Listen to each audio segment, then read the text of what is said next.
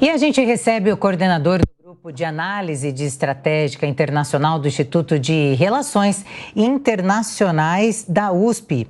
Professor, seja muito bem-vindo aqui ao Jornal da Manhã. É Alberto Piffer. É assim que fala seu sobrenome, professor? O Piffer? Alberto Piffer, muito bom dia. Piffer. Seja muito bem-vindo. A gente volta aqui com esse assunto para falar sobre as eleições, né? E quais são as perspectivas aí para essa oposição em Portugal hoje?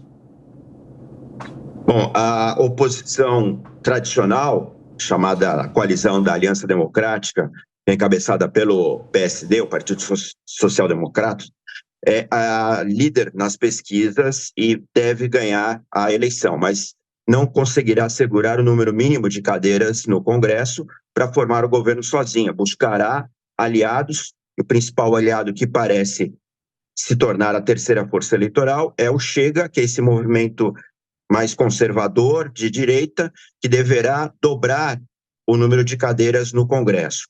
Então, possivelmente, nós teremos um novo governo, um governo mais conservador, de centro-direita, com aliança com a direita mais radical. Essa é a perspectiva agora, após cerca de 8 anos de governo do Partido Socialista, liderado por Antônio Costa, que renunciou em novembro. Tem hoje Pedro Nuno Santos, o seu líder, mas que deverá ficar em segundo lugar nas eleições legislativas.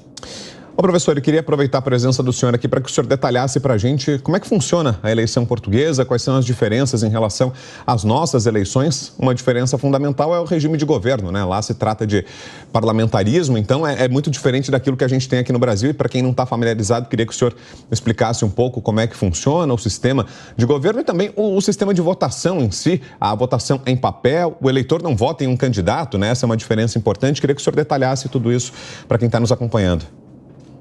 É fundamental aqui entender que nós tratamos de um país que adota um regime parlamentarista, mas com um presidente, né? Tem um presidente, atualmente Marcelo Rebelo de Sousa, que é o chefe de Estado, e é o parlamento que dá sustentação política para a chefia de governo, do parlamento que surge o chefe do executivo, propriamente dito.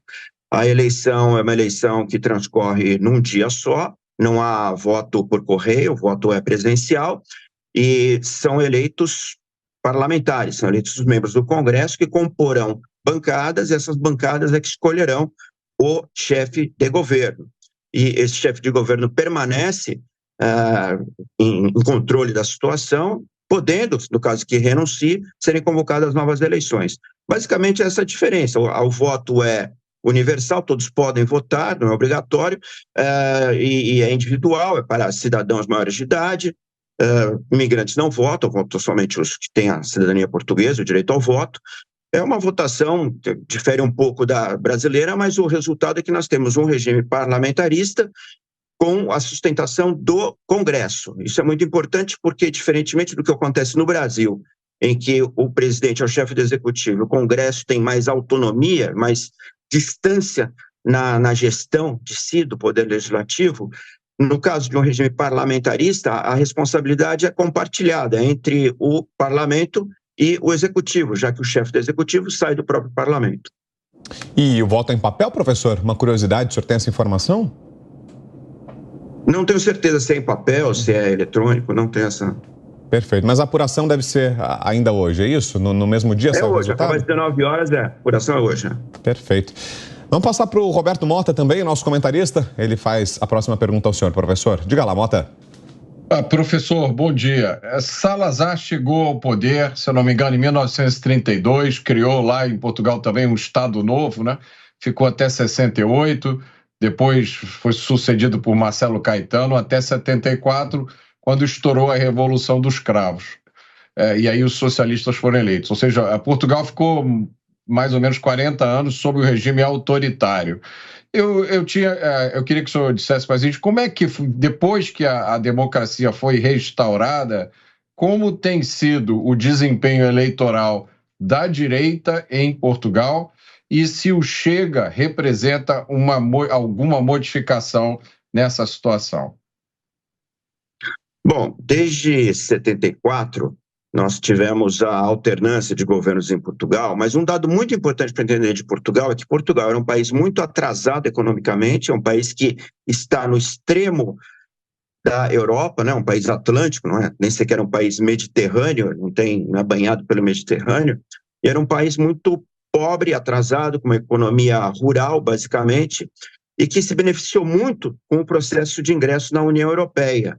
Esse processo de ingresso de Portugal trouxe muitos investimentos, muitos fundos da comunidade europeia que injetaram um estímulo econômico bastante diferenciado, né, no país, né? Isso causou um aumento da riqueza, isso atraiu muito a atenção de investidores e, finalmente, a atenção de população de outros países, o fenômeno da imigração. E, nesse sentido, durante os últimos 40 anos, houve mais o predomínio de governos de esquerda que lograram estabelecer um estado de bem-estar que ofere boas condições de vida para quem é português, para os imigrantes, né? Boa educação, boa saúde, boa segurança pública, e finalmente atraindo muitos imigrantes que hoje se transformaram num fenômeno que encontra um pouco de rechaço da população nativa. Agora, os imigrantes representam sempre um grande estímulo econômico, né? Porque vêm com bastante vontade de trabalhar, enfim, foi o mesmo fenômeno que aconteceu na Alemanha. A Alemanha de Angela Merkel também experimentou um período de bonança econômica graças à atração de imigrantes que vieram da Europa Oriental, vieram de países árabes e conseguiram suprir as necessidades de disponibilidade de força de trabalho a custo muito baixo. As alternâncias de governos em Portugal não representaram grandes quebras em relação a essa agenda de crescimento e essa agenda de ingresso na União Europeia. O que acontece hoje é que esses fundos que vinham da União Europeia já não existem mais, estão estancados, e a população subitamente percebeu que há uma presença grande de estrangeiros no país, começa a haver algum desconforto no ponto de vista da segurança pública, mais criminalidade, começa a haver um desconforto na educação, com etnias aparecendo mais em escolas e, às vezes, demandando alguns aspectos que os nativos portugueses não estão muito acostumados. Então, esse estranhamento causa hoje o surgimento dessa nova força política, que é o Chega, né, de André Ventura, que propõe um estancamento das correntes migratórias e uma recuperação, vamos dizer assim, da essência da nacionalidade portuguesa. Muito bem, nós conversamos com o professor Alberto Pfeffer. Muito obrigada pela sua participação aqui no Jornal da Manhã. Um ótimo dia. Obrigado, bom dia a todos.